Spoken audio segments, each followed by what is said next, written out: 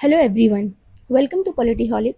इस वीडियो में हम देखेंगे MPS 004 comparative politics issues and trends के दिसंबर 2025 के क्वेश्चंस विद आंसर्स। सेक्शन 1 हम इसमें कवर करेंगे और सेक्शन 2 नेक्स्ट वीडियो में। फर्स्ट क्वेश्चन है, examine the main features of the political economy approach to the study of comparative politics. The political economy approach is an important perspective in comparative politics that studies the interaction between political institutions and economic processes. जो political economy approach है वो एक important perspective है हमारे comparative politics का, जिसके through हम समझते हैं कि जो भी हमारा पॉलिटिकल इंस्टीट्यूशन है और इकोनॉमिक प्रोसेस है उनके बीच में क्या रिलेशन है, क्या इंटरेक्शंस होते हैं। It explains how economic factors influence political structures and how political decisions shape economic development. ये explain करता है कि कैसे हमारा जो economic factors हैं वो हमारे political structure को influence करते हैं और कैसे हमारा political decisions, जो भी हम political decisions हमारे लिए जाते हैं गवर्नमेंट में, वो कैसे हमारे economic development को shape करते हैं। Unlike traditional approaches that mainly focus on constitutional and institutional arrangements, the political economy approach emphasizes the relationship between state, market and society. जो हमारा ट्रेडिशनल अप्रोच थे, है ना, कंपैरेटिव पॉलिटिक्स को समझने के, इनको पढ़ने के, ट्रेडिशनल अप्रोचेस में क्या था, सिर्फ कॉन्स्टिट्यूशनल और इंस्टीट्यूशनल अरेंजमेंट्स को हम कंपेयर करते थे। बट इसके अकॉर्डिंग जो हमारा नया आया है पॉलिटिकल इकोनॉमी अप्रोच, इसके अकॉर्डिंग हम स्टेट, मार्केट और सोसाइटीज के बीच का भी रिलेशनशिप समझते हैं।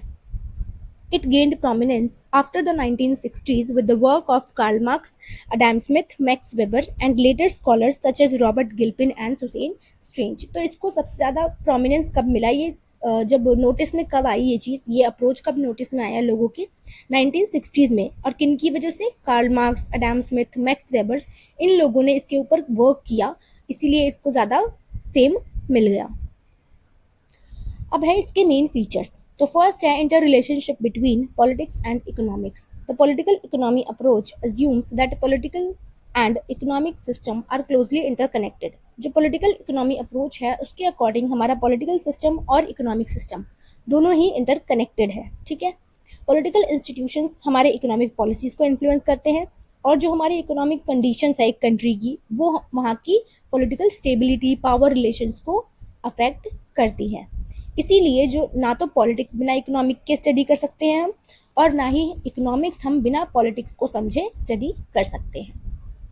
Importance of historical context. This approach studies about political system in their historical and social settings. इस अप्रोच के थ्रू हम समझते हैं कि जो हमारा पॉलिटिकल सिस्टम है एक कंट्री का, अलग अलग कंट्रीज के सिस्टम्स को हम समझते हैं, तो उसके हम हिस्टोरिकल कॉन्टेक्स्ट को, मतलब उस कंट्री का जो हिस्ट्री रह चुका है ना, इंडस्ट्रियलाइजेशन, ग्लोबलाइजेशन, कॉलोनियलिज्म वगैरह जो भी चीज़ें रही हैं, हिस्ट्री से जो भी डेवलपमेंट्स होते आए हैं, उनको हम इसमें स्टडी करते हैं और कंपेयर करते हैं। नेक्स्ट है focus on power, focus on distribution of power resources. अब इसमें क्या है कि जो पावर है हमारा, उसको डिस्ट्रीब्यूट करने के लिए कौन कौन से रिसोर्सेज है उसको हम इसमें समझते हैं। Political economy examines how resources and wealth are distributed among different groups in society. Political economy examine करता है कि कैसे जो रिसोर्सेज हैं वो एक सोसाइटी में डिस्ट्रीब्यूट किए जा रहे हैं, सोसाइटी में डिस्ट्रीब्यूट किए जा रहे हैं किनके बीच में? अलग अलग ग्रुप्स के बीच में, है ना, जो अलग अलग क्लासेस हैं, चाहे कास्ट के बेसिस पे या रेस के बेसिस पे, कलर के बेसिस पे, कैसे डिवाइड किए हुए हैं सोसाइटी में अलग अलग ग्रुप्स, तो उनमें कैसे इक्वली डिस्ट्रीब्यूट हो रहे हैं वेल्थ और रिसोर्सेज या नहीं हो रहे, ये उस पर फोकस करता है। It studies issues of inequality, class relations, poverty and the concentration of economic power. ये क्या स्टडी करता है? ये एक सोसाइटी के इनइक्वालिटी को, क्लास रिलेशंस को, वहाँ की पॉवर्टी लेवल को, जो भी वहाँ इकोनॉमिक पावर है उसका कंसंट्रेशन कहाँ पे ज़्यादा है, इस चीज़ को वो स्टडी करता है। फोर्थ है role of the state. The state is viewed as an important actor in economic development. It regulates markets, formulate policies and allocate resources. अब स्टेट क्या रोल प्ले करता है उसमें? जो स्टेट है वो एक मेन इंपॉर्टेंट कैरेक्टर है वो इकोनॉमिक डेवलपमेंट में। वो क्या करता है? वो मार्केट को रेगुलेट करता है, पॉलिसीज बनाता है और जो रिसोर्सेज है वो प्रोवाइड कराता है लोगों को, है ना। Different states perform varying role depending on their political and economic system. For example, अब इसमें क्या है, जो अलग अलग टाइप्स के स्टेट है ना, मतलब हर कंट्री में अलग अलग टाइप्स के गवर्नमेंट होंगी वहाँ के पॉलिटिकल सिस्टम्स के अकॉर्डिंग, तो वो वहाँ के अकॉर्डिंग काम करते हैं. For example, developmental states such as South Korea actively promoted industrial growth. जैसे कुछ डेवलप्ड स्टेट्स हैं जैसे कि साउथ कोरिया हो गया, तो यहाँ पे इंडस्ट्रियल ग्रोथ को ज़्यादा प्रमोट किया जाता है. फिफ्थ है significance of social classes and interest groups. Political economy highlights the influence of social classes, business groups, labor unions, and other interest groups on political processes. जो political economy है वो highlight करता है इन social classes को, उनके groups को, labor unions को, इनके interest को, इनकी जो भी problems हैं उन चीज़ों को ये highlight करता है. ठीक है. Next है comparative and interdisciplinary nature. The approach combines insight from political science, economics, sociology, and history. It compares different countries and regions to understand similarities and differences in political and economic development. अब इसमें क्या पढ़ते हैं हम, इसके according हम अलग अलग कंट्रीज के सिस्टम को कंपेयर करते हैं. कौन कौन से सिस्टम को, पॉलिटिकल सिस्टम को, वहाँ के इकोनॉमिक सिस्टम को, वहाँ के हिस्ट्री को, अलग अलग कंट्रीज के इन सब चीज़ों को हम कंपेयर करते हैं. और ये समझाता है हमें कि क्या वहाँ की सिमिलैरिटीज़ हैं, है ना, क्या वहाँ पे डिफरेंसेस है, कौन सा बेटर चीज़ है हमें यूज़ करने के लिए डेवलपमेंट के लिए. फिर है concerns with development and underdevelopment. Political economy studies why some countries achieve rapid development while other remains underdevelopment. उसके बाद इन सब चीज़ों को कंपेयर करने के बाद जो पॉलिटिकल इकोनॉमी अप्रोच है वो हमें समझाता है, वो हमें सजेस्ट करता है कि क्या चीज़ें, किन रीजंस की वजह से कुछ कंट्रीज जल्दी डेवलप हो जाती हैं और किन रीजंस की वजह से कुछ कंट्रीज अंडर डेवलप्ड रह जाती है. Dependency theory and world system theory explains how international economic structure creates inequalities between developed and developing countries. तो dependency theory, world system theory ये एक्सप्लेन करते हैं कि कैसे इंटरनेशनल इकोनॉमिक स्ट्रक्चर एक इनइक्वालिटी क्रिएट कर देता है डेवलप्ड और डेवलपिंग कंट्रीज के बीच में. Importance in comparative politics. अब देखते हैं कि जो पॉलिटिकल इकोनॉमी अप्रोच है उसका इंपॉर्टेंस क्या है हमारे कंपैरेटिव पॉलिटिक्स में. The political economy approach broadens the scope of comparative politics by examining the relationship between state and market. It helps explain differences in economic development, democratization, and public policies among countries. It also sheds light on the issues such as globalization, inequality, and the role of international institutions. जो political economy approach है वो comparative politics के scope को और ज़्यादा broaden करता है ना. कैसे, जो रिलेशनशिप है हमारे स्टेट, मार्केट और सोसाइटी के बीच में उसको एक्सप्लेन करता है, उसको एग्जामिन करता है और हमें बताता है कि कैसे जो इकोनॉमिक डेवलपमेंट है वो अलग है, डेमोक्रेटाइजेशन अलग है, पब्लिक पॉलिसीज़ अलग है हर कंट्रीज़ की. It also shades lights on the issues, और ये कुछ ऐसे इशूज़ पे भी ध्यान देता है जैसे कि globalisation, inequality, role of international institutions क्या हो रही है हर कंट्रीज में. ठीक है, तो ये सब चीज़ें हम इसके थ्रू ही समझते हैं. Conclusion. The political economy approach has significantly enriched comparative politics by integrating political and economic analysis.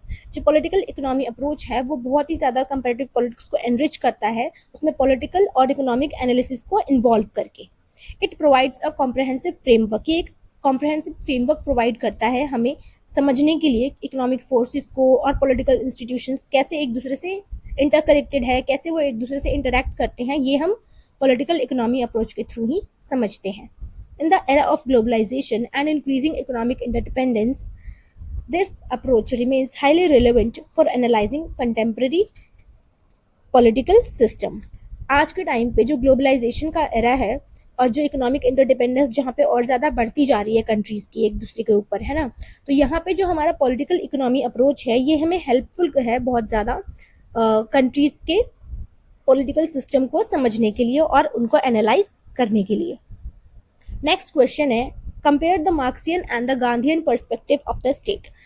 Karl Marx and Mahatma Gandhi presented two distinct perspectives on the state. While Marx viewed the state as an instrument of class domination, Gandhi regarded it as a necessary but potential cursive institution. Both thinkers aimed at creating an exploitation-free society, but they differed in their methods and vision.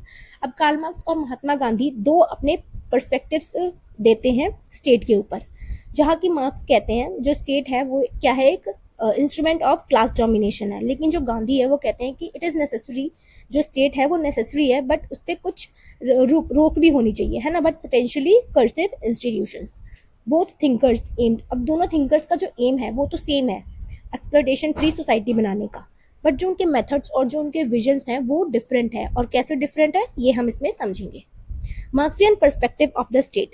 According to Karl Marx, the state emerged due to class divisions in the society. Karl Marx के according जो state है वो कैसे emerge हुआ, class divisions की वजह से। जैसे जैसे हमारी सोसाइटी डिवाइड होती गई अलग अलग क्लासेस में, वैसे वैसे स्टेट emerge हो गया। It represents the interest of the ruling class and serves as an instrument for maintaining economic exploitation.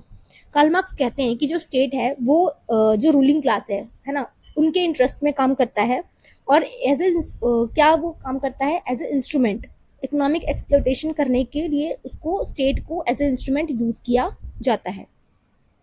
इसके फीचर्स क्या है? Class character of the state. The state protect the interest of the bourgeoisies. जो state है वो बुर्जुआसीज के interest को protect करता है। बुर्जुआसीज मतलब जो भी कैपिटलिस्ट है ना, जो बिजनेस क्लास के लोग हैं, जो रिच पीपल है, जो इलाइट क्लास के लोग हैं वहाँ के किसी भी स्टेट के, तो उसको कार्ल मार्क्स ने बुर्जुआसीज कहा है। ठीक है,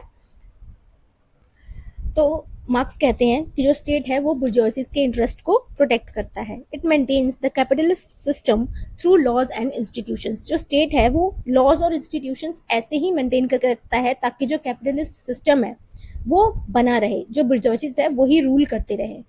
इंस्ट्रूमेंट ऑफ एक्सप्लॉयटेशन। अब इसको इंस्ट्रूमेंट ऑफ एक्सप्लॉयटेशन क्यों कहा गया है स्टेट को?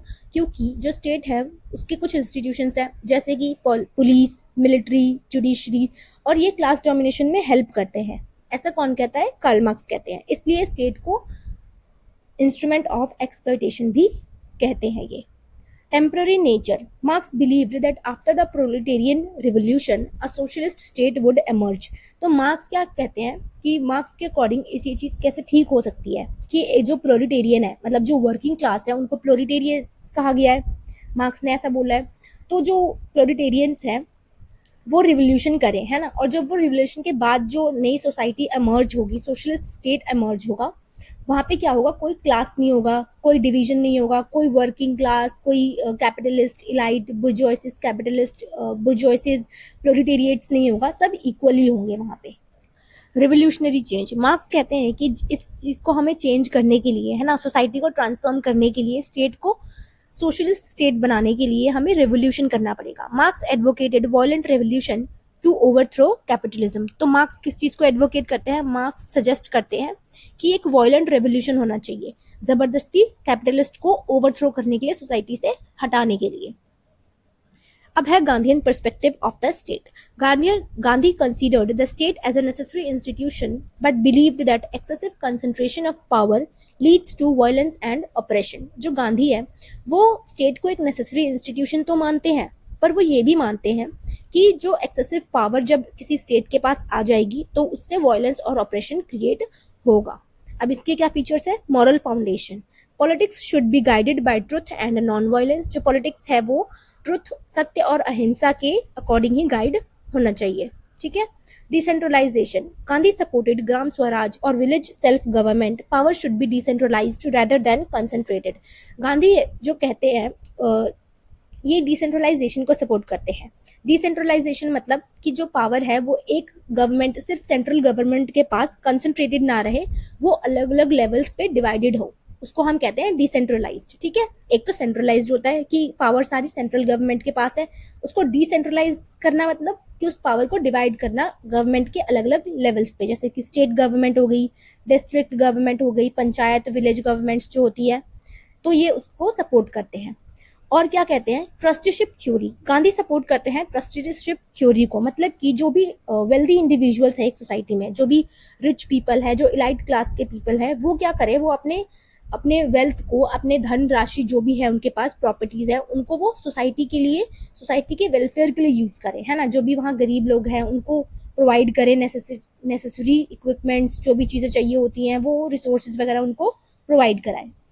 और ये कहते हैं कि non violent social change. Gandhi advocated peaceful transformation through Satyagraha and moral persuasion. Gandhi कहते हैं कि जो हमारी सोसाइटी है उसके लिए वायलेंट रेवोल्यूशन जरूरी नहीं है, शांति से, सत्याग्रह और मॉरल परसुएशन के थ्रू भी उसको हम ट्रांसफॉर्म कर सकते हैं। ये मिनिमल स्टेट के आइडिया को सपोर्ट करते हैं। The ideal society requires minimum governmental interference. तो गांधी के अकॉर्डिंग जो भी उनका आइडियल सोसाइटी है, आइडियल स्टेट है, उसमें क्या है कि जो स्टेट है उसका रोल बहुत ही कम हो लोगों की लाइफ में। Conclusion: Marx and Gandhi shared the objective of creating an exploitation-free society but differed fundamentally in their methods and the understanding of the state.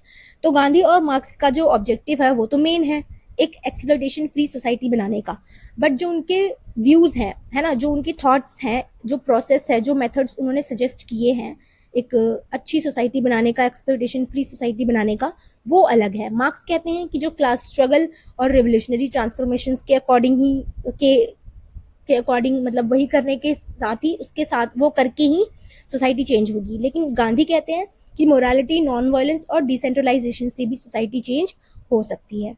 Their ideas continue to influence debates on state development and social justice. Next question है, critically examine the relationship between civil society and the state.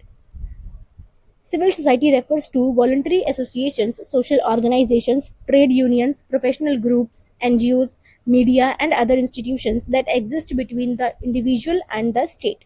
Civil society क्या होते हैं? Civil society ऐसी voluntary associations होती हैं जैसे कि social organisations, trade unions, professional groups हो गए, एनजीओज हो गए, मीडिया, अदर इंस्टीट्यूशंस जो भी एक स्टेट के अंदर होती हैं या फिर कोई एक प्राइवेट होती हैं, ये सब चीज़ें है ना, प्राइवेट ऑर्गेनाइजेशंस भी होती हैं, वो भी सिविल सोसाइटी में ही आती है।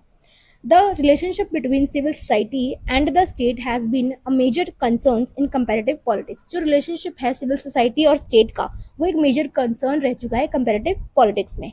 While some scholars view them as complementary, others consider them as adversarial. वहीं पे कुछ जो स्कॉलर्स हैं, हमारे कुछ थिंकर्स हैं, वो कहते हैं कि जो इनका रिलेशन है सिविल सोसाइटी और स्टेट का ये कॉम्प्लीमेंट्री है, और कुछ इसको एडवर्सियल कंसिडर करते हैं, मतलब ये एकदम ही बुरा है ऐसा कंसिडर करते हैं। अब इसका नेचर क्या है इनके रिलेशनशिप का? Nature of the relationship, first है complementary relationship. Civil society strengthens democracy by encouraging citizens' participation and holding government accountable. Organizations working in education, health, and welfare often assist the state in implementing policies. Complementary relationship में मतलब कि जो civil society है वो कैसे state को support करता है। तो सिविल सोसाइटी सपोर्ट करता है डेमोक्रेसी को, कैसे? सिटीजन्स के पार्टिसिपेशन को इनकरेज करता है, गवर्नमेंट को उनके डिसीजंस के लिए अकाउंटेबल करता है ना, कुछ गलत डिसीजंस ले रही है गवर्नमेंट तो उनको वो काउंटर भी करता है। और जो ऑर्गेनाइजेशंस है ये एजुकेशन, हेल्थ और वेलफेयर के डिपार्टमेंट्स में ये स्टेट जो भी लॉज पॉलिसीज बना रहा है उनको इम्प्लीमेंट करने में भी ये हेल्प करते हैं स्टेट की। Watchdog function. Civil society act as a check on state power. Human rights organization, media and social movements expose corruptions and protect democratic rights. देखो अब क्या है कि जो सिविल सोसाइटीज है वो स्टेट के ऊपर एज अ वॉचडॉग मतलब कि उसके ऊपर नज़र भी बनाए रखते हैं, एक चेक रखते हैं उसके ऊपर कि जो भी डिसीजंस, जो भी डिसीजन मेकिंग, जो भी पॉलिसीज, लॉज एक स्टेट बना रहा है ना, वो क्या उसके राइट्स के अंडर है, कॉन्स्टिट्यूशंस के अकॉर्डिंग ही बना रहा है वो, या कुछ किसी चीज़ को वो वायलेट तो नहीं कर रहा, इस चीज़ को वो नोटिस में रखते हैं। ह्यूमन राइट्स ऑर्गेनाइजेशंस और ह्यूमन राइट ऑर्गेनाइजेशन, जैसे ही गवर्नमेंट कुछ गलत डिसीजन लेगी, कुछ लोगों को ऐसे डिसीजंस ले रही है जो लोगों के फ़ायदे में नहीं है, तो जो मीडिया है, सोशल मूवमेंट्स है, ये उनके करप्शन और इनके इलीगल वर्क्स को एक्सपोज करते हैं, ठीक है, और हमारे डेमोक्रेटिक राइट्स को भी प्रोटेक्ट करते हैं। थर्ड है participation and political socialisation. Civil society promotes political awareness and encourages citizens to participate in democratic processes. It creates active and informed citizens. जो सिविल सोसाइटी है जैसे कि एनजीओज हो गए, मीडिया हो गई, तो ये क्या करते हैं? ये पॉलिटिकल अवेयरनेस बढ़ाते हैं सोसाइटी में, लोगों को इनकरेज करते हैं ताकि वो डेमोक्रेटिक प्रोसेसेस में और पार्टिसिपेट करे, इलेक्शंस में बढ़ चढ़ के हिस्सा ले, और एक इन्फॉर्म्ड और एक्टिव सिटीजन क्रिएट करती है। अब है conflict and opposition. Sometimes civil society organizations oppose state policies through protest and movements. Example include environmental movements and anti-corruption campaigns.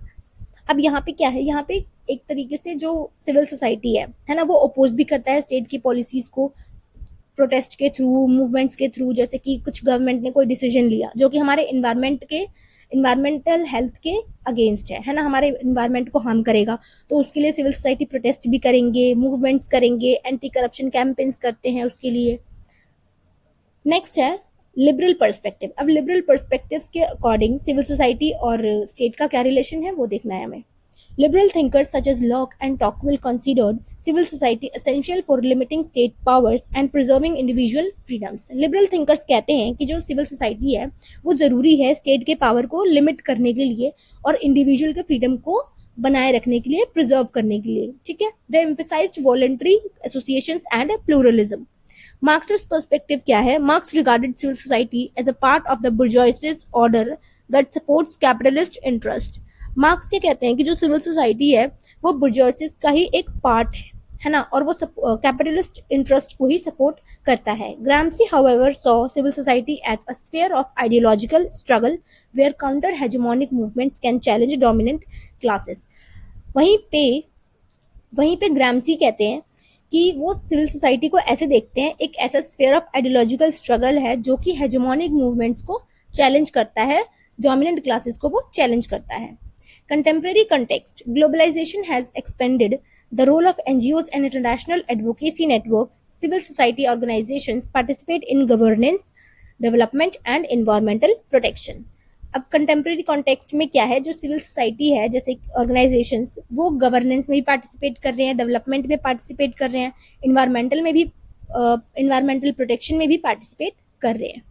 Critical evaluation, अब इनका इवेल्युएशन भी किया गया है क्रिटिकली, वो देखते हैं। Positive aspects, promotes democracy and transparency. अब ये कैसे प्रमोट या डिमोट करते हैं वो चीज़ देखेंगे हम, ठीक है। तो फर्स्ट है प्रमोट डेमोक्रेसी एंड ट्रांसपेरेंसी। ये डेमोक्रेसी को प्रमोट करते हैं सिविल सोसाइटी और ट्रांसपेरेंसी को प्रमोट करता है, ह्यूमन राइट्स को प्रोटेक्ट करता है, सिटीजन पार्टिसिपेशन को इन्हेंस करता है, उनको इनकरेज करता है, उनको एक्सप्लेन करता है फायदे की एक्टिव सिटीजन कैसे होना चाहिए, है ना, कि कैसे हम अपने हक के लिए लड़ सकते हैं, ये चीज़ें उन्हें समझाता है। लिमिटेशंस क्या है कि किन चीज़ों के लिए लिमिट कर देता है जो सिविल सोसाइटी है। Dominated by elite interest in some societies. Limitations क्या है इसकी कि कुछ सोसाइटीज़ में, है ना, कुछ सोसाइटीज़ में सिर्फ इलाइट इंटरेस्ट ही डोमिनेट करते रहते हैं, जो इलाइट पीपल है वो ही डोमिनेट करते रहते हैं पूरी सोसाइटी को। Lack of transparency and accountability, potential foreign influence, और इसके जो एनजीओज वगैरह हैं इनके साथ हमारे को एक लिमिटेशन भी होती है फॉरेन इन्फ्लुएंस का, मतलब कि कुछ इंस्टीट्यूशंस, ऑर्गेनाइजेशंस फॉरेन इन्फ्लुएंस से भी बन जाती हैं हमारी कंट्रीज में, है ना, और फिर वो अपने अकॉर्डिंग लोगों को किसी भी तरीके से ब्रेन वॉश कर देती हैं। तो ये भी क्या है, एक लिमिटेशन है, एक प्रॉब्लम है। Can create instability through excessive confrontation, और एक इंस्टेबिलिटी भी क्रिएट कर देगा अगर बहुत ही ज्यादा एक्सेसिव कन्फ्रंटेशन होगा स्टेट के अगेंस्ट। तो अब कंक्लूजन है, thus relationship between civil society and the state is dynamic and complex rather than being purely cooperative or conflictual. Both institutions influence each other. जो रिलेशनशिप है सिविल सोसाइटी और state का, ये dynamic और complex है। एक healthy democracy को क्या चाहिए, एक प्रॉपर बैलेंस चाहिए स्टेट अथॉरिटी और एक्टिव सिविल सोसाइटी के बीच में।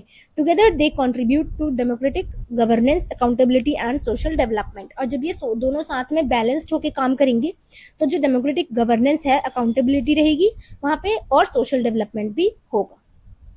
नेक्स्ट क्वेश्चन है, examine the multinational corporations impact on the sovereignty of states. Multinational corporations जो है हमारी एमएनसीज हैं, उनका क्या इम्पैक्ट है हमारे स्टेट के सॉवरेनिटी पे, उसको हम इसमें समझेंगे।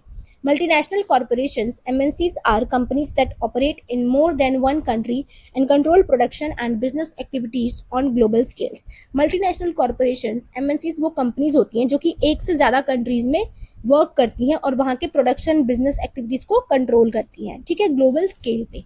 Example includes Apple, Microsoft, Toyota and Coca Cola.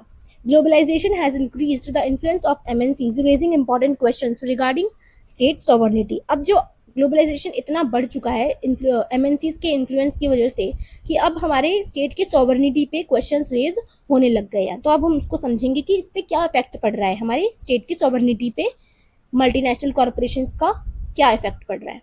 अब पॉजिटिव इम्पैक्ट क्या है, economic development. MNCs bring capital technology and managerial expertise. जो एमएनसीज है वो कैपिटल, टेक्नोलॉजी और मैनेजरियल एक्सपर्टाइज लेके आते हैं कंट्रीज में, है ना।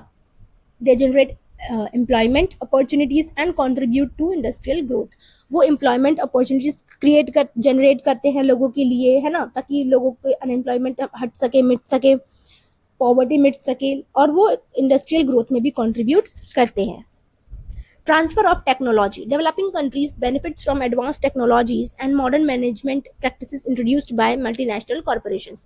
जो डेवलपिंग कंट्रीज हैं, जैसे कि हमारा इंडिया है, तो अगर कोई बाहर से कोई अमेरिकन कंपनी हमारे इंडिया में आ रही है तो वो वहाँ की technology, advance technologies, modern management practices को लेके आएगी हमारी कंट्री में, है ना, एमएनसीज के थ्रू। तो यहाँ पे वो और ज्यादा ट्रांसफर ऑफ टेक्नोलॉजी हो रहा है ना, डेवलप्ड कंट्रीज से डेवलपिंग कंट्रीज में टेक्नोलॉजीज को ट्रांसफर किया जा रहा है। तो ये हमारे फायदे के लिए तो है। Increase in revenue, MNCs contribute to government revenue. जो एमएनसीज है, आपने सुना होगा कि जो भी कंपनी या कोई भी कंपनी एमएनसीज वगैरह दूसरी कंट्रीज से, फॉरेन कंट्रीज से हमारे कंट्री में एस्टेब्लिश कर रही है अपनी कंपनी, है ना, तो यहाँ के गवर्नमेंट को वो रेवेन्यू देती है, वो टैक्स और एक्सपोर्ट्स वगैरह ड्यूटीज जो भी होती है वो उनको देनी पड़ती है। तो उससे हमारी इकोनॉमिक कैपेसिटी भी तो स्ट्रेंथन हो रही है। फिर है integration with global economy. MNCs facilitate international trade and enhance competitiveness. जो एमएनसीज है वो इंटरनेशनल ट्रेड को भी एनहेंस कर रही हैं, फैसिलिटेट कर रही हैं, और हमारे कॉम्पिटिटिवनेस जो अलग अलग कंट्रीज के बीच है कि कौन सबसे ज़्यादा स्ट्रॉन्ग इकोनॉमी बनेगा, ऐसे करके, तो उसको भी वो थोड़ा इनहेंस करते हैं, एक फीलिंग ऑफ कॉम्पिटिटिवनेस को। अब है negative impact on sovereignty, reduction in policy autonomy. Government often modify policies to attract foreign investment, this limits their ability to pursue independent economic policies.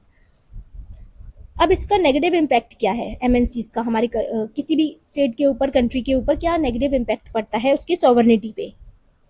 Government क्या अपनी जो पॉलिसीज है वो उसी के अकॉर्डिंग बनाएगी, ताकि जो फॉरेन इन्वेस्टमेंट को अट्रैक्ट कर सके, फॉरेन कंपनीज को अपनी तरफ अट्रैक्ट कर सकते। तो इससे क्या होता है कि वहाँ की जो स्टेट है, वहाँ का जो खुद का एबिलिटी है इंडिपेंडेंट इकोनॉमिक पॉलिसी बनाने का, वो कम हो जाता है, उनका एबिलिटी लिमिट हो जाती है एक हद तक। Influence on political decisions. Large corporations exert pressure on governments through lobbying and financial influence affecting public policy. जो large corporations हैं, है ना, जब MNCs आ गई हमारे कंट्री में, तो जब वो एकदम एक्सटेंड कर जाएंगी, ग्रो कर जाएंगी, तो उसके बाद वो गवर्नमेंट के ऊपर भी प्रेशर्स बनाने लगती हैं, अपने अकॉर्डिंग इन्फ्लुएंस करने लगती है वहाँ की पॉलिसीज को बनाने के लिए, कि उनके अकॉर्डिंग पॉलिसीज बनाई जाए। फिर है economic dependence. Developing countries may become dependent on foreign capitals and technology, weakening national control. Economic dependence हो जाएगा डेवलपिंग कंट्रीज में, है ना, कि जो डेवलपिंग कंट्रीज है वहाँ की इकोनॉमी डेवलप्ड कंट्रीज के कंपनीज के ऊपर ही डिपेंडेंट रह जाएंगी। अगर वो एमएनसीज बंद हो जाए तो उस कंट्री का इकोनॉमी ही ठप्प हो जाए बिल्कुल। Exploitation of resources. MNCs may exploit natural resources and labor in host countries for profit maximization, है ना। MNCs जो कंपनीज जहाँ भी स्टैब्लिश होंगी किसी और कंट्रीज में, तो वहाँ के वो नेचुरल रिसोर्सेज को भी तो एक्सप्लॉइट करेंगी, वहाँ के जो लेबर्स है उनको कम लो वेजेस में एक्सप्लॉइट करेंगे, है ना, ज़्यादा काम कराएंगे, मोर 10 to 12 आवर्स काम कराएंगे, बट सैलरी जो उनकी जो वेजेस होंगे वो कम होंगे, क्योंकि लोग वहाँ पे अनएम्प्लॉयड है ऑलरेडी। तो एम्प्लॉयमेंट के नाम पे कुछ भी लोग करना चाहेंगे, है ना, तो उनको एक्सप्लॉइट करेगी एमएनसीज ज़्यादा प्रॉफिट के लिए। Cultural influence, global corporations promote consumerism and western cultural values affecting indigenous cultures and national identity. अब कल्चरल इन्फ्लुएंस भी होगा कि बाहर से कोई कंपनी आ रही है हमारी कंट्री में, तो वो अपने साथ वहाँ के कल्चर को, वहाँ के वैल्यूज को लेके आएगी, है ना, तो जो यहाँ के लोग रहने वाले हैं वो मोर इन्फ्लुएंस होंगे उस चीज़ से, और उसके वजह से जो फॉरेन कल्चर की वजह से जो इन्फ्लुएंस होंगे, तो फिर वो अपने कल्चर को धीरे धीरे भूलने लगेंगे, उसका वैल्यू थोड़ी कम हो जाएगी। Environmental concerns. Industrial activities of MNCs sometimes cause environmental degradation and ecological imbalances. जो इंडस्ट्रियल एक्टिविटीज होती हैं MNCs की, वो कभी कभी इन्वायरमेंट डिग्रेडेशन में भी कॉज करती हैं और हमारे इकोलॉजिकल इम्बैलेंस में भी कॉज करती हैं। अब है theoretical perspective. Liberal perspective, liberal argues that MNCs promote economic growth, free trade and interdependence among Nations. Liberals कहते हैं कि जो एमएनसीज है वो इकोनॉमिक ग्रोथ को प्रमोट कर रही हैं, फ्री ट्रेड को प्रमोट कर रही हैं, और जो कंट्रीज हैं उनके बीच इंटरडिपेंडेंस बना रही हैं। Marxist perspective, marks view MNCs as instrument of global capitalism and neo-colonialism that exploits developing countries. Marxist perspective क्या है MNCs को लेके? मार्क्स कहते हैं कि जो मार्क्सिस्ट थिंकर्स हैं वो कहते हैं कि जो एमएनसीज है वो एक इंस्ट्रूमेंट है ग्लोबल कैपिटलिज्म का, और ये न्यू कॉलोनलिज्म मतलब ये एक न्यू तरीके से डेवलपिंग कंट्रीज को एक्सप्लॉइट करने का, उनको कॉलोनाइज करने का इंस्ट्रूमेंट की तरह यूज कर रहे हैं इसको। फिर है dependency theory. Dependency theory argues that MNCs reinforce N unequal relationship between developed and developing countries. जो डिपेंडेंसी थ्योरी है वो कहता है कि एमएनसीज एक अनइक्वल रिलेशनशिप स्टैब्लिश कर रहे हैं किनके बीच में, डेवलप्ड और डेवलपिंग कंट्रीज के बीच में। Measured measures adopted by states. अब इसके लिए क्या मेजर्स स्टेट्स को अडॉप्ट करने चाहिए, रेगुलेटरी मैकेनिज्म होना चाहिए, इन्वायरमेंटल लॉज होने चाहिए, कंपटीशन पॉलिसीज होने चाहिए और इंटरनेशनल एग्रीमेंट्स होने चाहिए, कॉर्पोरेट सोशल रिस्पॉन्सिबिलिटी इनिशिएटिव्स होने चाहिए। अब है conclusion. Multinational corporations have become powerful actors in the global political economy while they contribute to economic development and technological advancement. They also challenge the sovereignty of states by limiting policy autonomy and increasing dependence. Therefore, states need to strike a balance between attracting foreign investment and safeguarding national interest. तो MNCs एक तरीके से हमारी country को powerful भी बनाती हैं और एक तरीके से वो और ज़्यादा खोखला भी करती हैं, जैसे कि नेचुरल रिसोर्सेज को एक्सप्लॉइट करके, लेबर्स को एक्सप्लॉइट करके वहाँ के, है ना। तो इन चीज़ों से हमें क्या करना चाहिए कि एक बैलेंस बना के चलनी चाहिए, अपनी पॉलिसीज इस तरीके से बनाना चाहिए कि जो हमारे फॉरेन इन्वेस्टमेंट और हमारे नेशनल इंटरेस्ट दोनों ही बने रहें। नेक्स्ट क्वेश्चन है, right an essay on the economics of colonialism. Introduction. Colonialism refers to the political and economic domination of one country over another for the purpose of exploitation and control. Colonialism क्या होता है कि political और economic तरीके से कोई भी एक कंट्री दूसरी कंट्री के ऊपर जब डोमिनेट कर लेती है, डोमिनेशन बना लेती है अपना, उसको एक्सप्लॉइट करने के लिए या उसको कंट्रोल करने के लिए, तो वो होता है colonialism. The economics of colonialism examines how colonial powers utilized colonies to maximize profits and strengthen their own. जो इकोनॉमिक है कॉलोनियलिज्म का, वो एग्जामिन करता है कि कैसे जो कॉलोनियल पावर्स हैं वो कैसे दूसरी जिन कंट्रीज को उन्होंने कॉलोनीज बनाई है ना, तो उनको कैसे वो यूज कर रहे हैं अपने आप को अपनी इकोनॉमी को स्ट्रेंथन करने के लिए। Scholars such as Karl Marx, J. Hobson, Lenin, and dependency theorists have highlighted the exploitative nature of colonialism. जैसे कि कार्ल मार्क्स है, स्कॉलर्स जे हॉब्सन है, लेनिन है, डिपेंडेंस थ्योरिस्ट है ना, तो ये हाईलाइट करते हैं कैसे जो एक्सप्लॉइटेटिव नेचर है कॉलोनियलिज्म का उसको ये एक्सप्लेन करते हैं। अब है इकोनॉमिक ऑब्जेक्टिव्स ऑफ कॉलोनियलिज्म कि कॉलोनियलिज्म के इकोनॉमिक ऑब्जेक्टिव्स क्या होते हैं। फर्स्ट है extraction of raw materials. Colonies supplies cheap raw materials such as cotton, tea, rubber and minerals to industrialized countries. Colonies जो होती हैं, जिस भी कंट्री ने दूसरी कंट्री को कॉलोनाइज कर रखा है ना, तो वो क्या करते हैं, वहाँ के रॉ मटेरियल्स को सबसे पहले सप्लाई करना स्टार्ट करते हैं, है ना, वहाँ के नेचुरल रिसोर्सेज को कलेक्ट करते हैं, फ्री यूज करते हैं उनको अपनी मर्जी से, जैसे मर्जी। सेकेंड है markets for manufacture. Colonial territories served as markets for products manufactured in metropolitan countries, ensuring profits for industries. जो colonial territories हैं वो एक मार्केट की तरह सर्व करी जाती हैं, वहाँ के प्रोडक्ट्स को मैन्युफैक्चर करके मेट्रोपॉलिटन कंट्रीज में प्रॉफिट के लिए सेल और परचेज किया जाता है। Source of cheap labour. colonial powers exploit local laborers at low wages to maximize production and profit. अब जो भी कंट्री रूल कर रही है, जैसे हमारे इंडिया के ऊपर रूल किया था ब्रिटेन ने, तो वो क्या करते थे कि वो यहाँ के लोगों को चीप लेबर की तरह यूज करते थे, है ना, लो वेजेस पे, बिल्कुल कम नाम मात्र की वेजेस देते थे उनको, और उस पर वो ज़्यादा एक्सप्लॉइटेशन कराते थे, बहुत ज़्यादा काम कराते थे अपने प्रोडक्शन और प्रॉफिट को बढ़ाने के लिए। फिर है investment opportunities. colonies provided profitable avenues for investment in plantation, railways and mining industries.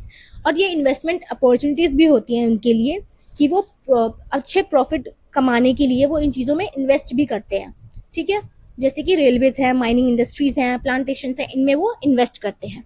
अब इम्पैक्ट ऑन कॉलोनाइज्ड कंट्रीज। अब इन चीज़ों का क्या इम्पैक्ट पड़ता है एक कॉलोनाइज्ड कंट्री पे, वो देखेंगे हम। Deindustrialisation. Traditional industries and handicrafts declined because of competition from imported manufactured goods. जो हमारे इंडिया का, जैसे कि पहले के जो ट्रेडिशनल इंडस्ट्रीज थी, हैंडीक्राफ्ट्स थे, ये डिक्लाइन कर गए, है ना, क्यों? क्योंकि जो इम्पोर्टेड मैन्युफैक्चर्ड गुड्स थे, जो मशीन्स के थ्रू बनाए जा रहे थे, उनके साथ ये कॉम्पीट नहीं कर पाए। फिर है drain of wealth. Dadabhai Naoroji explains how colonial powers transformed transferred wealth from colonies to metropolitan countries without adequate return. Drain of wealth मतलब कि जो कॉलोनियल पावर्स हैं, है ना, वो कैसे हमारी कंट्रीज से जो हमारा वेल्थ है, जो हमारी चीजें हैं, उन चीजों को कैसे वो मेट्रोपॉलिटन कंट्रीज में, अपनी कंट्रीज में ट्रांसफर करते थे।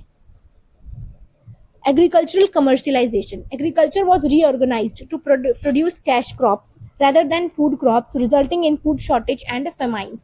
अब agriculture commercialization क्या हुआ था कि जो colonial powers है ना, वो अपनी colonies को, मतलब जिन भी countries को उन्होंने गुलाम बना रखा है, तो उन countries के ऊपर वो जो प्रोडक्शन है, जो भी वो क्रॉप्स ग्रो करते थे, एग्रीकल्चर में जो भी क्रॉप्स ग्रो करते थे, पहले फूड क्रॉप्स ग्रो करते थे, तो उनको हटा के उन्होंने वो क्रॉप्स ग्रो करने स्टार्ट करवा दिए जिनसे उनको ज्यादा प्रॉफिट हो, है ना, जिनको वो बेच कर, सेल करके, एक्सपोर्ट इंपोर्ट करके वो ज्यादा प्रॉफिट कमा सके।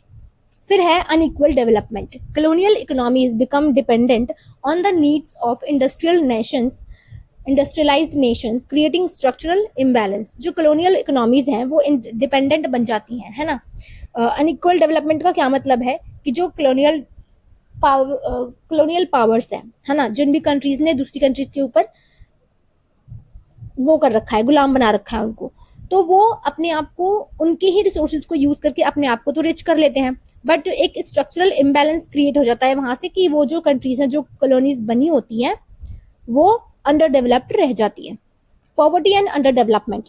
Economic exploitation led to widespread poverty and lack of industrial growth. जो इकोनॉमिक एक्सप्लॉइटेशन होता है इस टाइम में, जो भी कंट्री कॉलोनाइज हुई है, मतलब जो कंट्री गुलाम बनाई गई है, उस कंट्री में जो भी इकोनॉमिक एक्सप्लॉइटेशन होता है, तो उससे क्या होता है कि वहाँ पे poverty, lack of industrial growth बहुत ही दूर दूर तक, बहुत लंबे टाइम तक वहाँ पे स्प्रेड हो जाता है। Theoretical interpretation. अब यहाँ पे थ्योरेटिकल इंटरप्रिटेशन क्या है, जो भी थिंकर्स ने कहा है। Hobson's theory. J.A. Hobson argued that imperialism emerged because industrial nations sought overseas markets and investment opportunities. J.A. Hobson कहते हैं कि जो imperialism है वो कैसे emerge हुआ, क्योंकि जो industrial nations हैं वो मार्केट के ऊपर ओवरसीज करते हैं, इन्वेस्टमेंट अपॉर्चुनिटीज के ऊपर, ठीक है। फिर है लेनिन्स theory. Lenin described imperialism as the highest stage of capitalism in which monopolies and financial capital expand globally for profit. Dependency theory. Dependency theorists such as Ander, Gunder, Frank argued that colonialism created a dependent relationship between developed and underdeveloped countries. जो colonialism है वो एक dependent relationship create कर देता है developed और underdeveloped countries के बीच में। अब है colonialism in India। अब हम इसको easy तरीके से समझ लेंगे, क्योंकि इंडिया के बारे में जब हम पढ़ेंगे तो थोड़ा easily समझ आ जाएगा ये टॉपिक आपको। British colonial rule transformed India into a supplier of raw materials and a market for British goods. जब ब्रिटिशर्स इंडिया पे रूल करने के लिए आए, तो उन्होंने इंडिया को एक ऐसा रॉ मटेरियल्स के सप्लायर की तरह कन्वर्ट कर दिया, ट्रांसफॉर्म कर दिया, है ना। यहाँ किस चीज के लिए? ब्रिटिश गुड्स के लिए।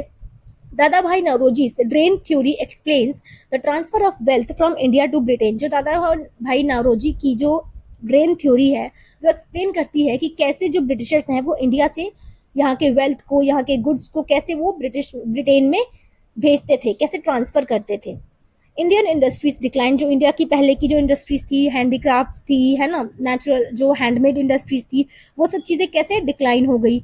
एग्रीकल्चरल पॉलिसीज कैसे कंट्रीब्यूट हो गई, जो कि फेमिनाइज और पॉवर्टी की तरफ बढ़ने लग गई, क्योंकि फूड क्रॉप्स तो ग्रो करना बंद कर दिया ब्रिटिशर्स के वजह से, है ना, इंडियंस ने, और यहाँ पे वैसे क्रॉप्स ग्रो किए जाने लगे जिनसे कि ज्यादा वैल्यू प्रोवाइड कर सके, ज्यादा प्रॉफिट हो सके ब्रिटिशर्स को।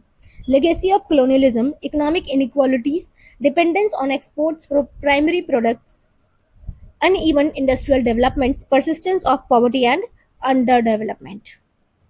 अब है conclusion. The economics of colonialism was primarily based on exploitation and unequal exchange। जो colonialism का इकोनॉमिक्स था वो मेनली इसी चीज पे बेस्ड था कि वो कितनी बुरी तरीके से किसी कंट्री को एक्सप्लॉइट कर सकते हैं अनइक्वल एक्सचेंज के बदले, ठीक है। Colonial powers accumulated wealth and accelerated industrialization, while colonials experienced poverty, deindustrialization and dependence. जो colonial powers थी उनको तो wealth मिली, इंडस्ट्रियलाइजेशन मिला, बढ़ा चढ़ा के एकदम सब कुछ बना बनाया मिल गया उनको, रॉ मटेरियल्स मिले, बहुत सारे नेचुरल रिसोर्सेज मिले, है ना, जिससे उन्होंने अपनी कंट्रीज को डेवलप कर लिया और ज़्यादा। बट जो कॉलोनीज थी, है ना, जैसे कि इंडिया हो गया, तो ये इनको क्या मिला, इनको पॉवर्टी मिली, डी इंडस्ट्रियलाइजेशन मिला। जो इनकी इंडस्ट्रीज थी, नेचुरल इंडस्ट्रीज जो पहले से थी, वो बंद हो गई, पॉवर्टी बढ़ गई, डिपेंडेंस बढ़ गया दूसरी कंट्रीज के ऊपर। The effect of colonialism continues to influence the economies of many developing countries। जो colonialism का जो इफेक्ट है वो आज भी बहुत सारी कंट्रीज के, डेवलपिंग कंट्रीज को अफेक्ट, उनके इकोनॉमी को अफेक्ट कर रहा है। Understanding these economic dimensions helps explain contemporary issues of inequality and underdevelopment। तो इन सब चीज़ों को समझने के बाद हमें ये एक्सप्लेन करते, ये सब चीज़ें समझ के हम क्या पता चलता है हमें कि क्यों हमारे कंट्रीज, जो डेवलपिंग कंट्रीज है, वो आज के टाइम पे भी इतनी इनइक्वालिटी है, कंटेम्प्रेरी इश्यूज जो है, अंडर डेवलप्ड क्यों है, ये सब, है ना, ये हमें इससे समझ आता है। Thanks for watching. Subscribe Polityholic for more detailed unit-wise videos of political science focusing IGNOU, SOL, DU, BA, MA, and join the Telegram channel given in YouTube channel description for notes and PDFs.